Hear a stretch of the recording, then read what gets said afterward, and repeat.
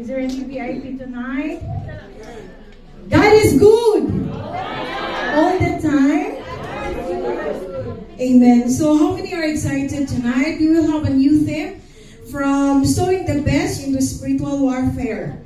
Now, why we are going to tackle about spiritual warfare? Because in this end time ministry, and we're serving the Lord, there is always a massive attack of the enemy, both in our mind, on our finances, even to relationship. That's why God wants for us to be strong, to be equipped, how to combat the enemy. Are you ready? Fasten your seatbelt. Now, I have a very important question to you. How do you evaluate or measure your Christian life, the realm of your Christian maturity? Are you growing spiritually? Can you say amen? Amen. Now, is there any big struggles that you're struggling with? If you experience a huge struggle, say yes. Is there somebody here wants to give up? Is there somebody here want to quit? Is there somebody here is experience offense? Is there somebody here experience being tired of serving the Lord? Now that is very normal. That is very normal because when we serve God, Satan wants to make a way that we will never grow spiritually. Satan will do 24/7 to stop us, to discourage us, to destroy us, to make us weak, so that we will never be elevated and become a Christian who is matured. Because once you will be spiritually matured and equipped with the whole armor of God, Satan and his demonic forces will be threatened to you. Now, if the demons are threatened to you, they will do anything to stop you, to harm you, and to destroy you. So tonight, fasten your seatbelt because we're going to fight against the devil's sword. Can you say amen? Amen. The Word of God says that it's sharper than two-edged sword. Meaning the Word of God can really penetrate to our spirit. Sometimes we will be hurt because this is very normal. Even me, I could cry sometimes if the Word of God hits my spirit because the Lord is saying to me, Kathy, this is not the right way. You have to surrender this one to me.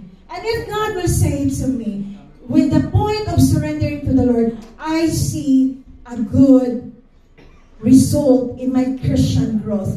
Because the total surrendering to the Lord, meaning you are dying to yourself. When you die to yourself, the God of hope, the God of strength will renew you and will change you from glory to glory. Can you say amen? And once you are changed from glory to glory, your life will never be the same again. Now our text tonight is found in Ephesians 6:10 to 18. Can we just read the Word of God? And in great respect with the Word of God, let us all stand and read His Word. Finally, my brethren, be strong in the Lord and in the power of His might. Put on the whole armor of God, that you may be able to stand against the wiles of the devil.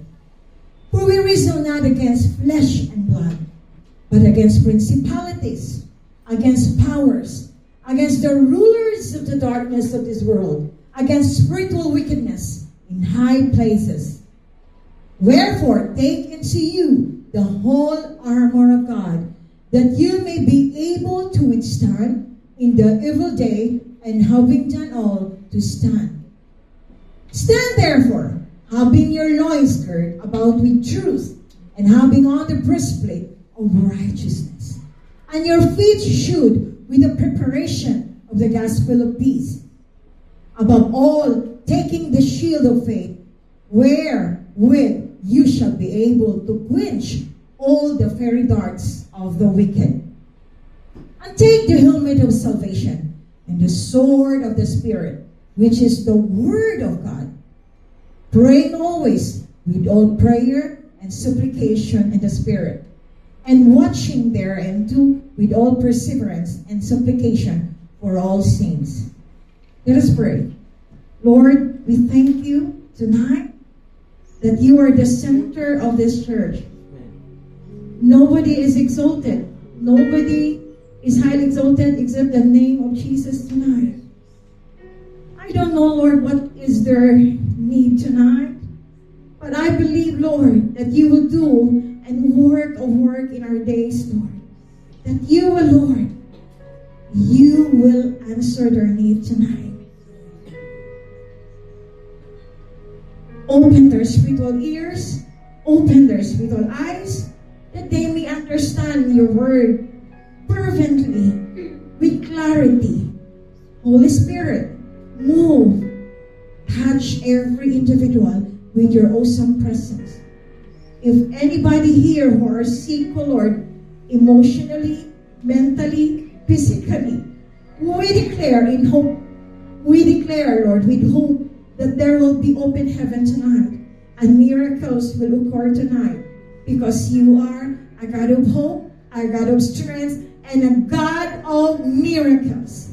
And we stand in your word because your word is the final word. We give you praise. We give you honor with thanksgiving in our hearts. In Jesus' name, amen. Can we give a clap offering to our God? Be seated in the presence of the Lord. We would like to welcome the VIP tonight, Bernard Baati Udua. Where is he? Did I pronounce it well? Is it Bernard?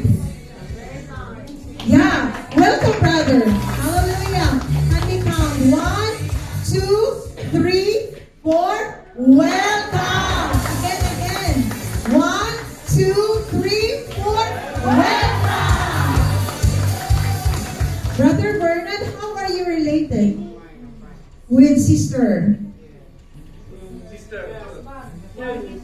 You're happy? Oh, hallelujah. So happy to see you here. You are welcome, brother.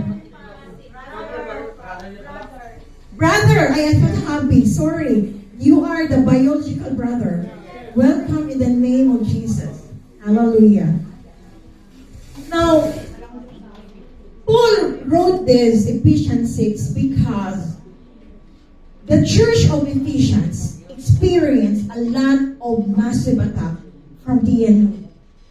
And because Paul knew that they were struggling, he exposed about the truth about our real enemy.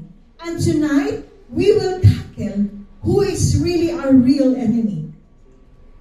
Sometimes, if we are upset, sometimes if we are on pain, sometimes if we are annoyed with our office mate or our friends, sometimes we do physical. May katayan, physical, we do physical. How? Kung galit siya, galit ka din. Pag sinisigawan ka, sinisigawan mo rin. Sino nakarelate? Tao lang kasi ang upas. Pag nasasaktan ako, hindi nila alam kung gaano ako katigas. So, makikita nila yung kamandag ko. So, minsan ganun tayo. We do it physical. But let us see here how Paul showed how we're going to tackle if there are some struggles in our lives and some oppositions that are occurring in our lives. Now, Christians are mandated to fight against the darkness. Now, fighting against the darkness is first, we have the call to stand against the devil. Now, we know that the devil is Lucifer. And we know that Lucifer is the destroyer. Lucifer is the head of 1/3 of angels who were fallen because they came to come against God. They fight against God, and Satan and Lucifer becomes Satan. Lucifer came from the root word. What is his real name? Morning Star. Morning Star is a beautiful name. He was very talented. He was very handsome. Sino po yung handsome dito? Sino yung gupito dito? Say amen. Kasama rin pala ang asawa ko. Amen. Now, Lucifer was very attractive. Welcome, sis. Now, when Lucifer was on siya yung mataas sa rang sa angels, all the angels were looking to him, and he was very bright, he was very clever, and he was very talented. He was full of talent and skill of musical instrument, and he is also the music worship leader.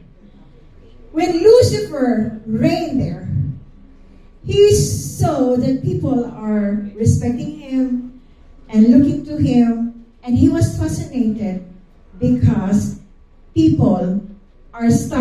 angels are starting to look to him. And there was a bad desire to his mind that he wants to be above God. And he wants to reign above the kingdom of God.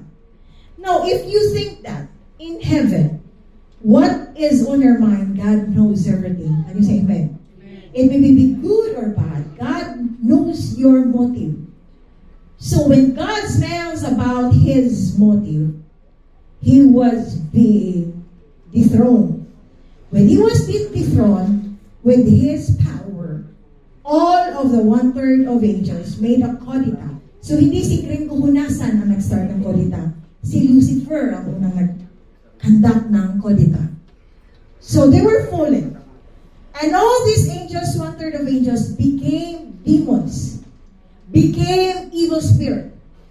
And there were multitudes of demons all around the world because they were fallen here. Now, these angels and Lucifer, they don't have a good life after their existence because their destination is in hell.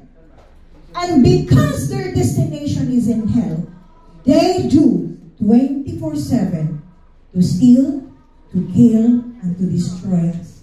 Because the motive of Lucifer is hindi lang siya ang magsiswim sa hell. He wants that the human being who are called by God with a marvelous calling will be joining with him at the end of ages. Now, would you like to come with him? Would you like to go with Lucifer? This is not our destination. This is not the plan of God. The plan of God is to give us life, to give us hope, and a future, a good future, to give us life abundantly. Can you say amen? This is the plan of God. That's why we have to recombat the enemy, because he will do anything to deceive you, to steal you, and to steal your joy in serving the Lord. Now, the word of God in verse 10 in Ephesians 6, finally, my brethren, be strong in the Lord and in the power of his might. The word finally is a conclusion. This comes at the end of the letter. A letter in which Paul has carefully established our place in Jesus and the basics of Christian walk. This is very important. When you say finally, you should listen. You should be conscious. You should pay attention. This is the word of God. Finally, my brethren, be strong in the power of God's might. Finally means it speaks in the light of all he has previously said. Paul mentioned, in the light of all that God has done for you. What God has done for you. Is it good or bad? Good. In the light of the glorious standing you are a child of God. Can you say amen? In the light of the great plan of the ages that God has made you a part of it, your existence is very important in the sight of the Lord. Amen? Don't you know that your existence is very important? You are loved. You are forgiven. You are secured in God's hands. Can you say amen? In the light of the plan of Christian maturity and growth he gives to you. Why? Because God wants that you will not remain as a baby. Say baby. No, mature Christian. God wants that you will excel. God wants that you will do exemplary in the kingdom of God, in the light of the feeling of the Holy Spirit, and walk in the Spirit. This is the plan of God, that you will walk in the Spirit, so that your spirit will walk in a victorious way in serving God. In the light of this, there is a battle to fight in the Christian life. And this battle, you are not exempted. Say, you are not exempted. You are not exempted. The goal to stand against the devil is to be strong in the Lord and in the power of His might. This is literally mentioned also to the book of 1 Samuel 30, verse 6. Now David was greatly distressed, for the people spoke of stoning him, because Saul of all the people has grave, every man for his sons and his daughters. But remember, in verse 6, listen. David strengthened himself in the Lord his God. Kaya, pag manghihina ka, gayahin mo si David. He strengthened his life to God. Amen? Now, the spiritual warfare in this passage presents two essential components. What are these two essential components? Una, number one, be strong in the Lord. That is number one. Number two, be strong in the Lord and in the power of His might. Number two, put on the whole armor of God. Now, why these two are being highly emphasized? Why these two are being repeatedly mentioned by Paul? What is the essence of this? What is the importance of this? If you take a weak man, for example, pag mahina ang tao who can barely stand, hindi makalakad, kilala niyo si Richard Gutierrez, yung tatay ni Richard Gutierrez, si Eddie. I saw him, may pa-showbiz to pass. Nakita ko siya sa Facebook. Mahina na siya. Sino pa dito ang tatay ninyo na naka-wheelchair na lang? Or nanay ninyo naka-wheelchair na? Show me your hands. Si Daddy, very strong. How old are you, Daddy? 78. Amazing. My father had a stroke 2 years ago. He was the same with Daddy. He was very strong. Siya pa yung nagbubuhat ng battle. Siya pa nagluluto ni Daddy every day. The last time we had vacation. But when he had a stroke, Daddy, hindi na si Papa katulad noon na nagbubuhat ng mga battle. Pag naglalakad kami, alam niyo yung malaking battle, hindi kami nagbubuhat. Si Papa yung nagbubuhat. But now na na-stroke na siya. Now the question is, if you are a weak person and you are going to put that weak person the best armor on him or her, he will still be an effective soldier. Can you say amen? Kahit na gaano kamahal yung full armor na ilalagay mo, pag weak yung soldier, walang saysay dahil yung stamina niya, hindi niya kayang buhatin yung full armor. That is why God is reminding us that we have to be strong first in the power of His might. Before you are going to put the whole armor of God, you are going to be strong in the power of God's might. This is not a literal or physical. This is about your spiritual being. That you have to strengthen your spirit. You have to strengthen your spiritual man. If your spiritual man is not strong, when you wear the whole armor of God, you will have difficulty. But if your spiritual man is strong, say spiritual man. Spiritual man. What is your spiritual man? What is your spiritual man?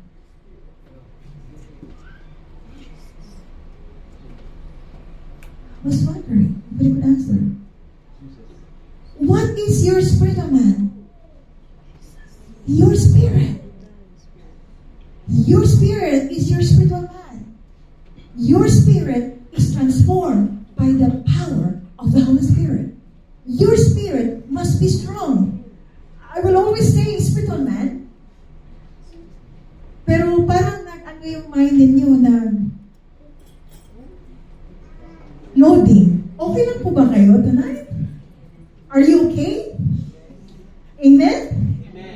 Hallelujah. Now, before a soldier is given a gun or shown how to fire a missile, he goes through basic training. Say basic training. So one great purpose is the army say, soldier, we are going to give you the best weapons. Ano ba yung batalyon na binibigay ni, who is the President, Trump? And then you don't have training, and you are weak. It is useless that they will give you the best armor if you don't have the basic training. No, the basic training is the Word of God. Amen. How you present and how you go and dig deeper with the Word of God. In the power of His might, might is inherent power or force. Power is the exercise of might. Don't you know that this power and might, it came from God? Can you say amen? This is not your might. This is not your power. But this is the power of God. Not by might, nor by power, but by the Spirit of the living God. The might and power is from the word dunamis power. It is, I do everything and God does nothing. Totoo ba to? No, it is not. I do nothing and God does everything. I do all I can and God helps with what I can't. Now, each of those approaches falls short. The key is for me to, by faith, is rely on God's might. Say, rely to God's might. Rely on more and more, and then do the work of God. I will give you one practical example of spiritual warfare. Satan. Now, I would like to define this spiritual warfare. Spiritual warfare involves spiritual forces of evil in the unseen realm, led by Satan, the devil. They are at work in the world today. And what he will do? He will tempt, he will deceive, he will discourage, he will afflict, and even he will harm people. And the plan of the enemy is first to destroy the family. Because if the family is not strong, if the family is not founded with the Word of God, if the family is very weak, the church is also weak. Can you say amen? But if the family is strong, founded with the Word of God, then the church is strong because all will be united, all the family. Now, ang gagawin ng kaaway, he will destroy the marriage. He will destroy the good relationship. He will destroy your appetite in serving the Lord. He will inculcate to your mind that you are nothing. The enemy will give a self-pity to you. The enemy will put a voice of discouragement, a voice that you are nothing, a voice that you don't excel, a voice that you will just live not with victorious life. But don't you know, if you are able to rebattle and recombat his voice to you, you can be an overcomer. Can you say amen? Amen. Hallelujah. Next slide.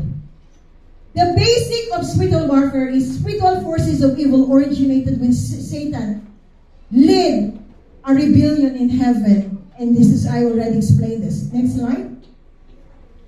Now, the basic spiritual warfare is spiritual forces of evil work from the outside on believers, but can work from inside or unbelievers. A Christian cannot be demon-possessed, but can be demon-oppressed.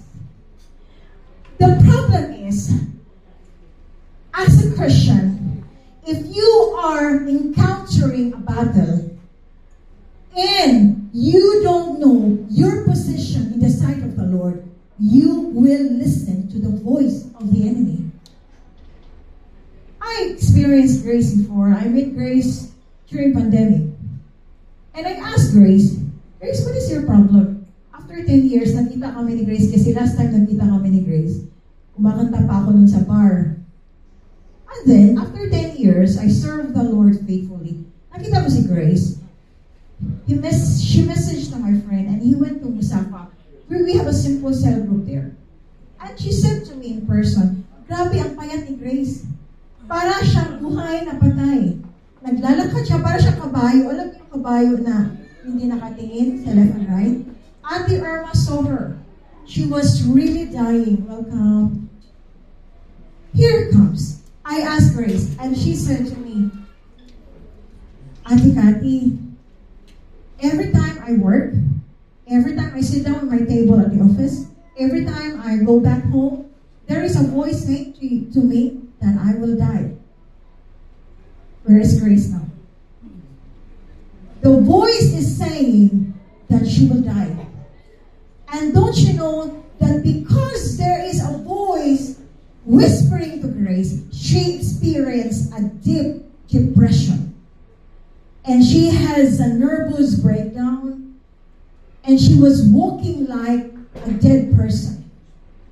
And I said to Grace, Grace, you are oppressed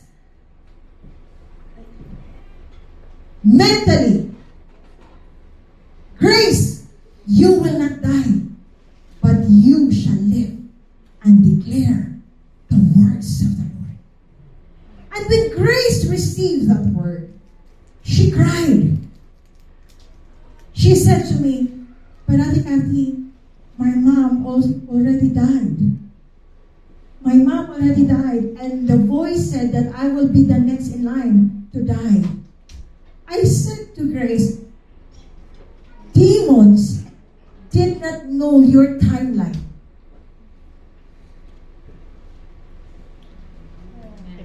Who are you to say that you will die? Only God can say that. Only our Creator. The demons doesn't know when you will die. So whoever here tonight being whispered by the enemy that you will die, it is not true.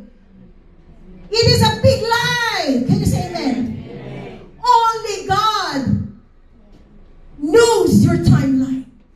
And if God can prolong your life into 15 years, 30 years, nobody could stop it. Because God is a God of life. Can you say amen? He's a God of hope.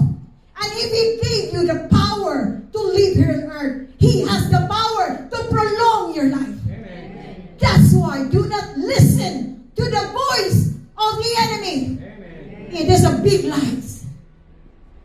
You should listen to the voice of God because God is our life giver. Hallelujah. Is your spiritual eyes is open tonight? In your mind, there is a voice saying, you are nothing, you are not special, you are wicked. No! You are forgiven by God. Can you say amen?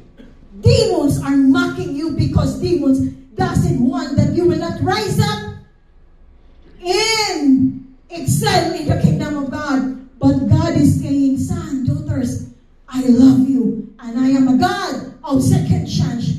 I have loved you with an everlasting love. Can you say amen? This is the voice of the Lord tonight. Satan loves to sow discord. Something that is very confusing. Something that is chaotic or doesn't make sense. It's probably like, minsan si Daddy magsasabi, gusto mong kumain? Pagdadaan kami sa McDonald's, kaya sasabihin ko, hindi naman ako gutom eh. Si Daddy gutom siya. Bibili siya. Pag-purchase ni Dad, nandun ang pagkain, hihingi ako. Sabi niya, di ba sabi mo hindi ka gutom? Bakit humingi ka? Then sabi ko, kunti lang naman hihingin ko. Bakit nagagalit ka? Then nandun na yung argumentation. Kunting bagay. Ano yung away? McDo! Sa McDo lang, nag-aaway na kami. Sino nakaranas ng ganyan? Nasa sasakyan ka nag-usap. Yung pinag-usapan lang si Aling Nene. Tapos nag-away na kayo.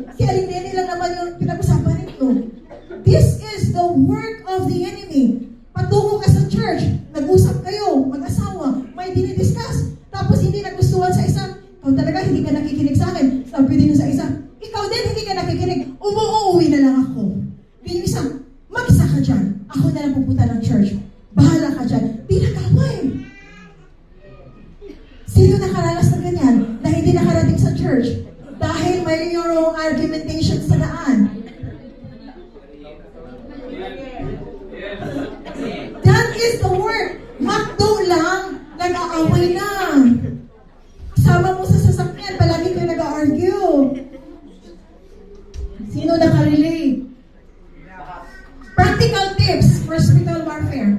Satan loves to attack when you are heading into a ministry, opportunity, or just coming out of one.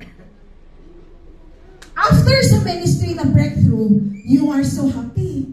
Miracles happen, healing comes, and then here comes may massive attack. Napansin niyo after sa encounter, grabing attack? Hello!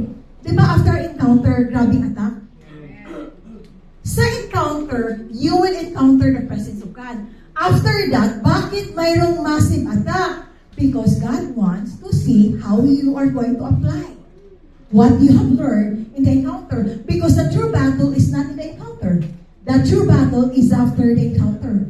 Kaya nga sabi ni Kuya Alex sa akin last Wednesday, Pas, kada uwi ko sa bahay, paghiga ko, mayroong demonyo na nagpapakita sa akin, nakaupo pa, tapos nakaganyan pa sa akin, no? Sabi ko, ang cute naman ng demons na yan. Sabi ko, anong ginagawa mo? Pinalayas ko, Pas. Ano nangyari yung pinalayas mo? Sabi ni Kuya Alex, hindi lumalayas. Palagi nagpapakute. Sabi ko, crush ka siguro niya ng demons na yan. Sabi ko, yung astral projection na BFF mo noon, astral projection, yung power ni Kuya ba na lalabas siya sa katawan, kumusta naman? Hindi na nagpapakita, Pas, after encounter. Hallelujah! Glory to God! Hindi na nagpapakita. How many years kayo BFF nun, Kuya Alex? 10 or more than 10 years?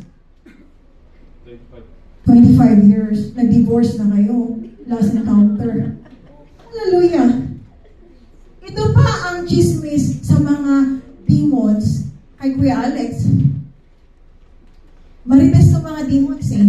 Ang sabi nila, galit na galit kami kay Pastor Akati. And they will do everything of this church. Nagtataka lang ako. Kalaki ng CCF. Kalaki ng Harvest Church, 300 people. Bakit ito yung target?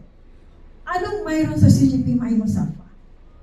Kuya Alex, anong mayroon dito that the enemies are threatened by this ministry?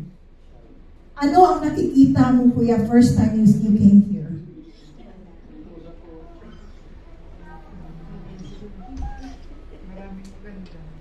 When he said to me, I asked Kuya Alex, marami daw magaganda. There was a light.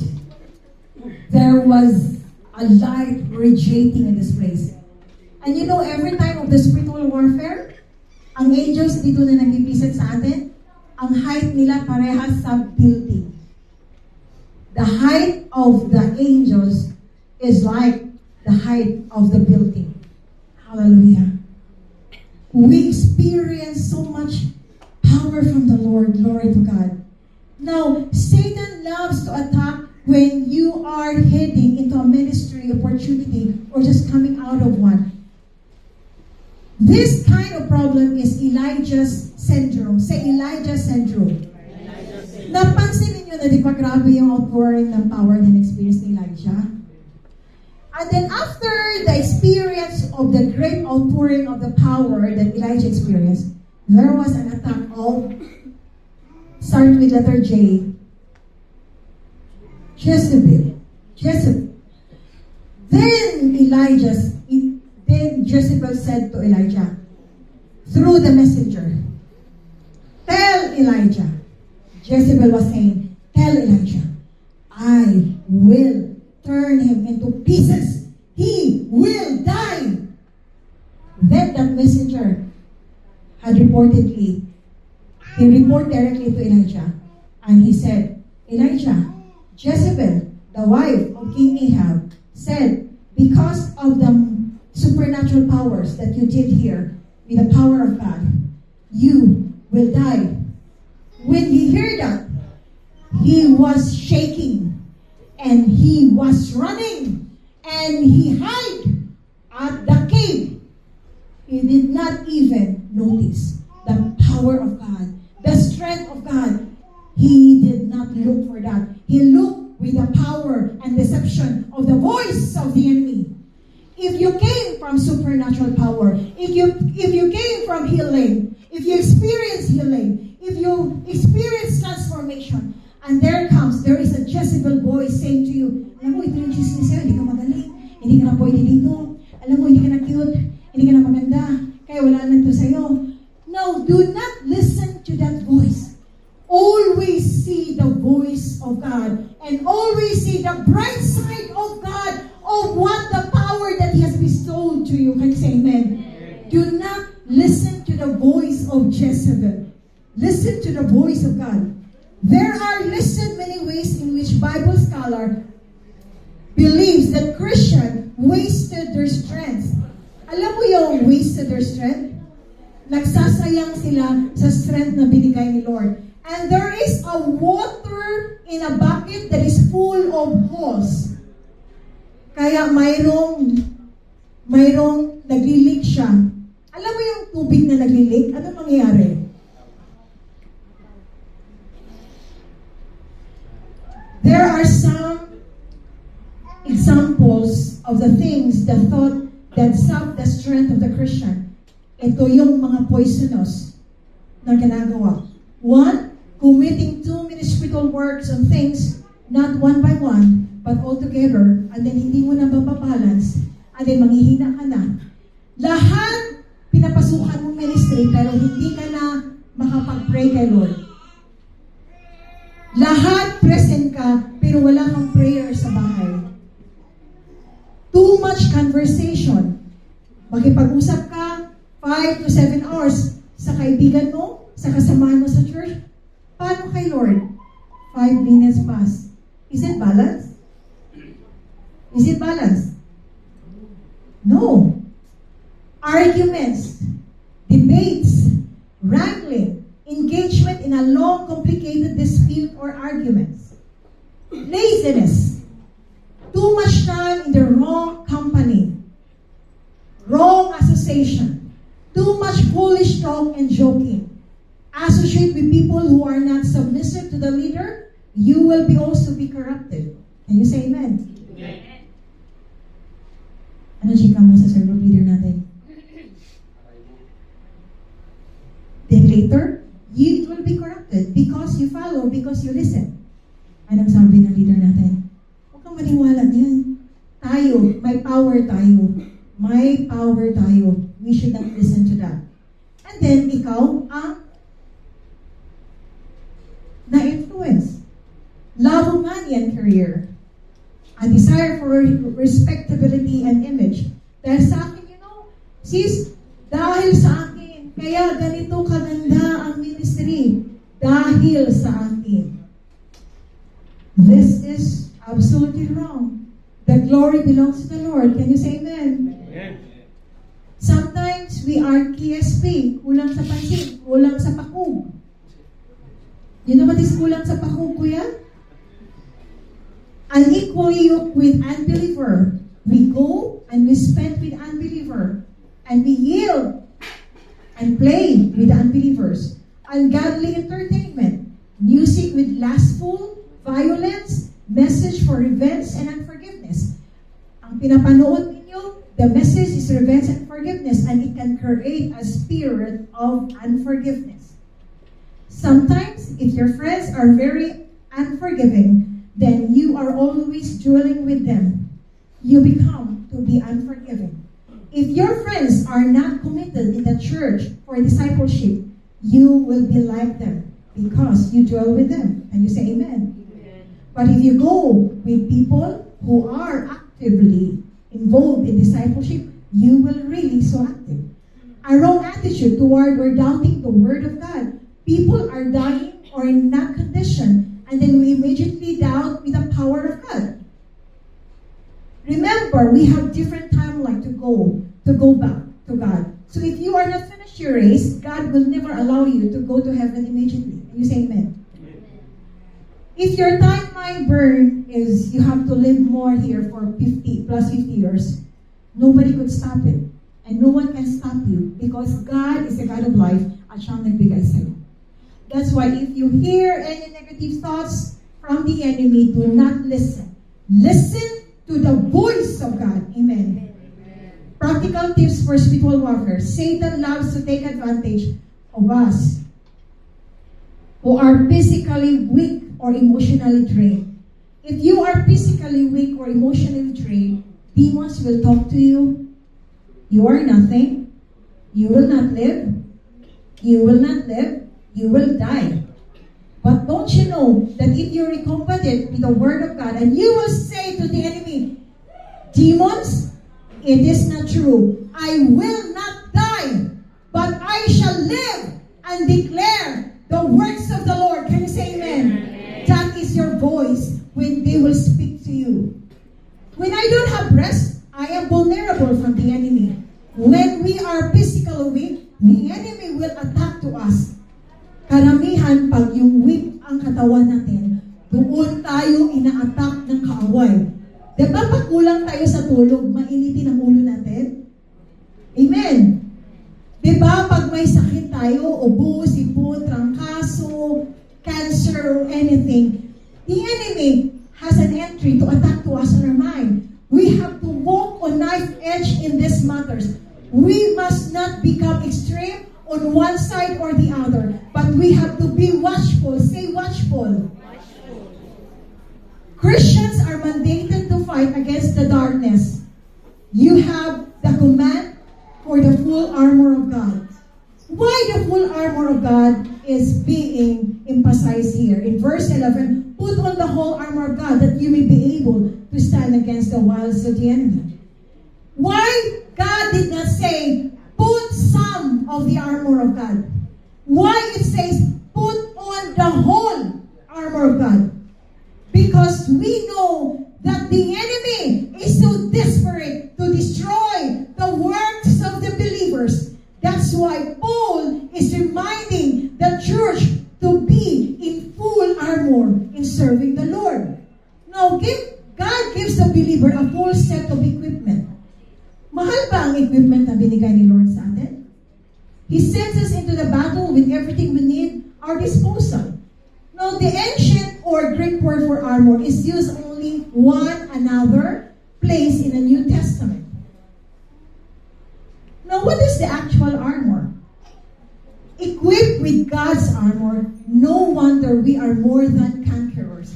Ang sinabi ng Bible, you are more than conquerors. Sino ba ang pinaka well-known na conqueror dito sa mundo? Alexander the Great. But the Bible is saying, you are more than conqueror in Christ Jesus. Because you are more than conqueror, you have to speak this word against the enemy. Yet all the saints, you are more than conqueror through Christ Jesus, our Lord and Savior. That you may be able to stand against the wiles of the enemy. What is the wiles of the enemy? What is the wiles of the enemy? This is the plan plotted by the enemy against you. Kasi bata ka pa lang, the enemy is already studying your life. You know the wife of Lucifer, his name is Elaine. When Elaine was very young, she was born na walang ilong. Imagine daw na wala kang ilong. Kunin mo yung salamin mo at wala kang ilong. How you look like? Kuya Ariel, mag-fashion show ka pa dito kung wala kang ilong?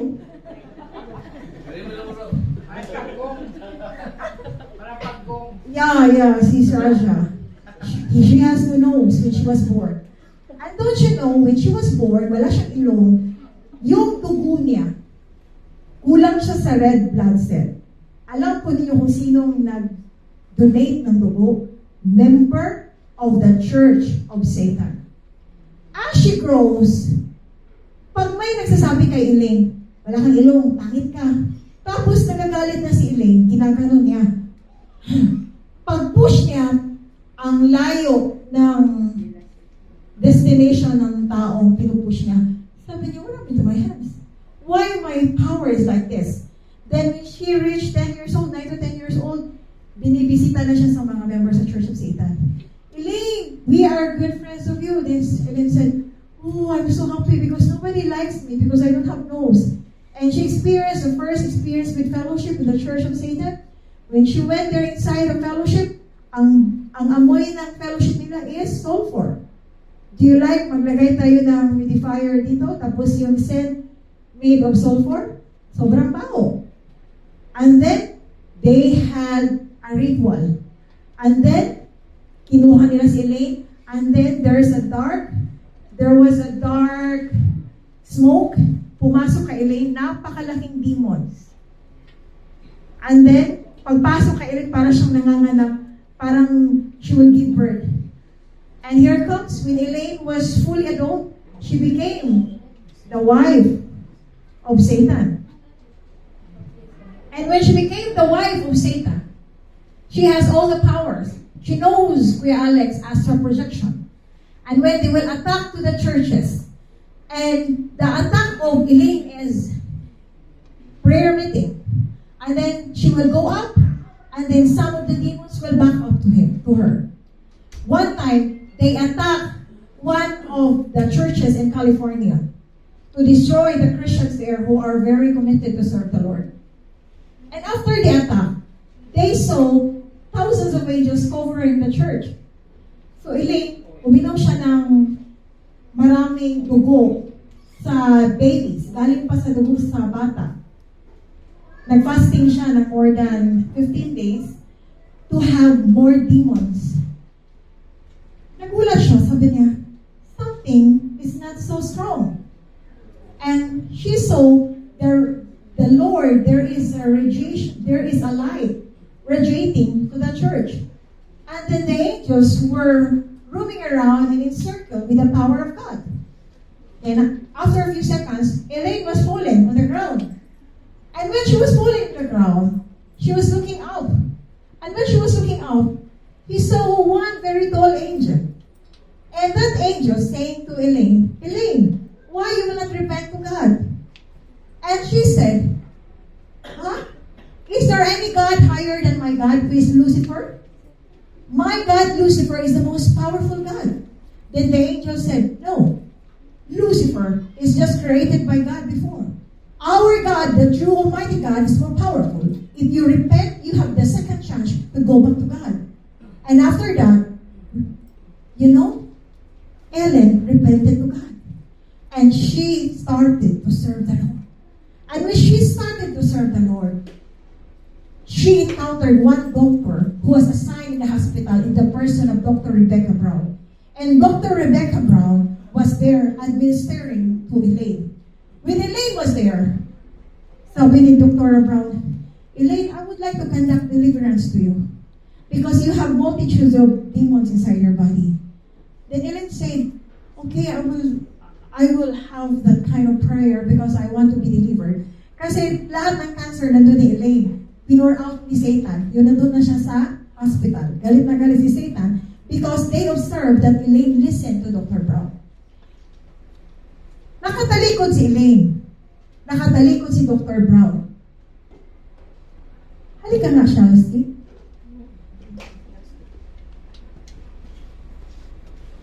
So, si Dr. Brown, ako si Elaine. Ako na lang si Elaine, ikaw si Dr. Brown. Kasi mayroon akong gagawin. Pag nakatalikod si Dr. Brown, ginagano ni Elaine. Every few seconds. Sinasakal. Nahihirapan si Dr. Brown. But, thank you, Shal. But don't you know that Dr. Brown didn't stop? After that, Elaine said, Dr. Brown, I saw in the spiritual realm, multitudes of demons are coming to us to kill us. Alam niyo sino kasama ni Dr. ni Lilin? Si Dr. Brown. After few months, years, Elaine experienced the full deliverance from God. Hallelujah. And don't you know, after that, she exposed the work of the enemy, even that in Hollywood, even in martial arts, even in cartoons, lahat in-exposed ni Elaine. And even, she exposed even her connection to Vatican. Lahat in-exposed ni Elaine. There is no mystery anymore because she exposed the works of the enemy. And Elaine was mightily used by God. But sad to say, few years ago, patay na po si Elaine. At patay na rin po si Dr. Brown. Read the word. He came to set the captives free or purchased in Amazon. He came to set the captives free. That is the story of Elaine. Now, Christians are mandated to fight against the darkness as the fact of spiritual warfare. We do not wrestle against flesh and blood. Say flesh and blood. Against but we wrestle against principalities, powers. Can you hold your fingers? How many enemies do you have? This is our enemy. Principalities, powers, against the rulers of the darkness of this age, against spiritual hosts of wickedness in the heavenly places. Itong apat, by rank to, na mag-a-attack sa'yo on a daily basis na hindi mo makikita sa mga mata mo. Di ba nakakatakot? Na ang kaaway natin, hindi natin nakikita? Sa lahat ng bagay, ang pinakamahirap na kaaway, yung hindi mo nakikita. Can you say amen?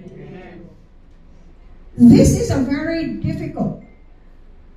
When I was asleep after encounter, spirit of death strike to me. How I recognize? The wind. Ang lakas ng hangin. Pagdaan niya dito sa right ko, napakalakas. Then he will do this kind of direction and then going to my bed. Then sinasabi ko na kay Daddy, Daddy, there is a spirit of death here right now. And then, nasaan si Daddy? Tulog na kami. Ang asawa ko hindi na makakagalaw. Pagdaan pa lang, nakikita ko na. Then, pupunta siya kay Daddy. But, I thought the same na attack para sa akin. Kakaiba. After encounter, hindi na po urong or what is urong in Tagalog? Bangungot. Hindi na. After encounter, 9 o'clock in the morning, I was on my bed. Ang mga demons nag-surround sa akin na kadami. And then yung move nila is wind. Alam mo yung para akong dinuduyan? Gusto niyo yan? Tapos lakas ng hangin. That is what I experienced. Kuya Alex, aras tayo, no? Appear. Last Wednesday, nagsumbong din siya sa akin. Sabi ko, kasi pag makulit ako sa kanya. Wala nang pangungod. Sabihin mo, anong isa? Hangin na pas, grabe ka lang. Sabi ko, bakit parehas tayo? Parehas ba yun nag-attack sa atin, kuya? Kayo, church, ready ba kayo sa kanya na attack? And don't you know, by the grace of God, it's more than 2 months now na hindi na po sila nag-a-attack sa aming kwarto. When I started to pray this way in the spiritual battle of spiritual warfare, listen to this prayer. Spirit of death, I break you in the spiritual realm. Every camp of spirit of death, I destroy you by the name of Jesus. And every camp of darkness of spiritual death will be vanished in the name of Jesus. Be destroyed in Jesus' Jesus. And I request thousands of angels to destroy now in Jesus' name. That script made a big difference. 2 months, they are not able to come in our house. Glory to God. Can we give a clap offering to our God? Because I was saying to my husband, Mahal, bakit iba na ang realm na attack nila sa akin? Hindi na tiging isang demonyo. Isang multitudes na ang nag-a-attack. It was so strange. We do not wrestle with flesh and blood, but against principalities, powers of darkness in high places. You are in a spiritual battle. If you are ignorant or ignore that fact, you probably are not winning the battle. But don't you know that when you are serving to God, no one is exempted here. No one is exempted to be attacked by the enemy. And if you are being attacked by the enemy, be ready and wear the full armor of God. Can you say amen? When you wear the full armor of God, you will be able to stand. Now, what is this? What is the full armor of God? Hallelujah. We don't have time anymore. I hope that we could have enough time. Nandito pa ba kayo? Sabi ni Paul, for I am persuaded neither death nor life, nor angels, nor principalities, nor powers, nor things present, nor things to come, nor height, nor depth, nor any other created thing shall be able to separate us from the love of God. Can you say amen? There is no such thing as death, nor life, nor angels, nor principalities can separate us from the love of Christ. Do not fear, because greater is Jesus that is in you than the demons that is in the world. Can you say amen? Ephesians 1:20-21 tells us that Jesus enthroned in heaven for above all principalities and powers. And the powers, the principalities and powers are under the feet of Jesus. And since He's under the feet of Jesus, you are the child of God. You are more than conquered to Christ Jesus. You can rebuttal, you can recombat, and you can win the battle. Do not run from the battle. Run to the battle. Can you say amen? Do not run and fight to the enemy. To be defensive, be offensive, to fight against the demon's war. If you are experiencing poverty, if you are experiencing agonizing to your emotion, if you are experiencing some pain on your past, battle it in prayers, recombat it with the power of the Holy Spirit. Can you say amen? Do not stop to take a battle. Do not be defensive. Be offensive. Ambush the enemy. Can you say amen? Do not wait that they will attack to you in your mind. Ambush every day. I break the spirit of doubt. I break the spirit of confusion. I break the spirit of discouragement. I break the spirit of death in Jesus' name. And I release life. I release strength. I release hope. I release blessing. Upon blessing. Can you say amen? This is what you're gonna do. God is calling you to be an overcomer, to be a victorious Christian. Can you say amen? You are called to be a great warrior of God, because you are a child of God. You are peculiar. You are unique. You are a holy priesthood, called by God with His marvelous light. You are not an ordinary Christian. You are called to subdue kingdoms. You are called to take a walk and be strengthened by the power of the Holy Spirit. You are not weak, because your God is so strong. Can you say amen? Hallelujah. Hallelujah. Hallelujah. Let the weak say, I am strong. You are strong. You are strong. Hallelujah. Hallelujah. We stand in the grace of God. We stand in the gospel. We stand in courage and strength. We stand in true faith to God. We stand as a Christian with liberty. We are not in captives.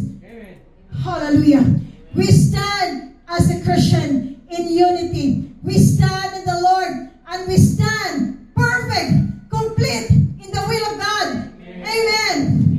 It means that we are going to be attacked if we stand. It means means that we should not be frightened. It means that we must not drop off slouch, nor be uncertain of half-hearted in the fight. We should stand against the devil's war. Declare a war against the devil's war. No retreat, no surrender. Can you say amen? Strengthen your spirit deep with the word of God. Worship God deeply. Praise Him with His majesty. Spend time in worshiping God. Embrace the presence of God. Fear God. To fear God is the beginning of wisdom. Therefore, stand therefore, having girded your waist with truth, having the breastplate of righteousness. Where the breastplate of righteousness? The breastplate of righteousness came to Jesus, not to your life. Can you say amen? Amen. Stand therefore. We can only stand. We are fully equipped with the word of God. And don't you know, when you are going to stand with the full armor of God, it means that you undergo with a training with the word of God. Attend trainings in the church, because when you attend the training, your faith will surpass with understanding, because you will know how to rebuttal the enemy. You know, it is easy to say you can overcome, but you need the knowledge of God. The knowledge of God can strengthen your faith, because the moment you discover the Bible, you know your authority, you know your position, you know who you are, you know how to subdue kingdoms, you know that you can be a great leader. Can you say amen? Yeah. Now, if you stay on your line, if you stay on your realm, God is calling you right now. Rise up, my child. Be a leader. Be a leader. Be equipped. Be equipped with the knowledge of God. Because if you are equipped with the knowledge of God, you will never be turned into pieces by the enemy. Because you will rise up. You will fight against the devil's war. Because you already know the word of God. But if you will not train with the training, you will just, your mind is idle. You will always think different kinds of negative thoughts. But if you go and attend the training, you will be equipped. Can you say amen? Amen. Your life will never be the same again. Have girded your waist with truth. This symbolizes that the truth of God, the word of God, can protect your mind, because the word of God has life. Amen. The word of God can transform your life. The word of God can protect your life. Hallelujah. Hallelujah. How many of you are excited with the presence of the Lord tonight? Amen. Can we give the glory to the Lord? You know, Satan's fairy darts. What are the fairy darts of the enemy? Thoughts, feelings, imagination, fears, lies. All of this can be hurled to us. This is Satan's fairy darts. Now, faith turns them back. If you have faith to the Lord, all of this will be eliminated, will be vanished. Let it be that your thoughts, you will submit in accordance with the power of God. Can you say amen? Amen. Do not let your mind be played with the enemy, because your mind is the battlefield of the enemy. Fight. Filter what you think on your mind. It is not God who will filter your mind. It is you who will filter your mind. Amen. Whatever you feed on your mind, that is who you are. If you feed your mind with the bright side of life, with God has promised to you, your mind, your thoughts, your gesture will be healthy. Can you say amen? Amen. Let all the positive Bible verse feed to your mind. Do not think of what is happening that is not good. Amen. You know what? What is happening to Jedrick? Why he came back to the Lord? Because that is his timeline. And you can never question the timeline of God. We have different timeline. If you did not yet finish your race, you will not go back home now. Are you ready to go back home now? Or there are still things that you're going to finish the race? Amen? Marami pa. Marami pa sabihin. Tell to your next, I will work in my days. Say, I will work in my days. That I will be used mightily by God. Hallelujah. I want to be used mightily by God. You know, I want to end this. You know, all the Illuminati in the world, all the Church of Satan is gathering now for a meeting because of this one world government, because of this new digitalization. And then they are one in one accord to manipulate the world. One world, one government. Now, when it comes, kung darating na tayo, that we can never eat, that we can never work without being affiliating. Kung hindi tayo mag-affiliate under their thrones, what will happen to us? We can never be anymore survive because you cannot eat. At mayroon ka pang maliliit na mga anak. How will you survive? Are you ready to offer your life and even sacrifice your gifts for the sake of the cause of the gospel? Can you say amen? Amen. Are you afraid of this? Are you afraid of this? Are you afraid of this? No. Why we should afraid of death? Matagal na tayong patay. Sabi ni Paul, I am crucified with Christ. Nevertheless, I live. But Christ lives in me. Pag patay ka na, patay na yung old nature mo, you will never be scared of death. Because your spirit now subdue and your spirit now surpass and see above what is happening in the spiritual realm. Everything that is in the natural realm is only temporary. What is eternal is the unseen one that you have not seen. Can you say amen? Value the one that is unseen, because everything that what you have seen in your natural eyes are all temporary. Everything that you have seen in your natural eyes, everything that you have not seen are all eternal. Value what is eternal. Value the time to serve God faithfully. Can you say amen? Amen. Redeeming the time because the days are evil. And because the days are evil, give the best shot in serving the Lord. Because the Lord is so serious with us. And the Lord will never leave us. The Lord will never forsake us until the end of times. Can we give a clap offering for God? Everybody rise up. Hallelujah. Lord, we thank you for your word tonight. We thank you, Lord, that there is healing. We thank you, Lord, that there is awakening of the Spirit tonight. That we will value what is eternal. Help us, O God, to serve you faithfully until the end of times. Holy Spirit, use us mightily. Use us mightily, Lord, with your power, with your strength and might. Hallelujah.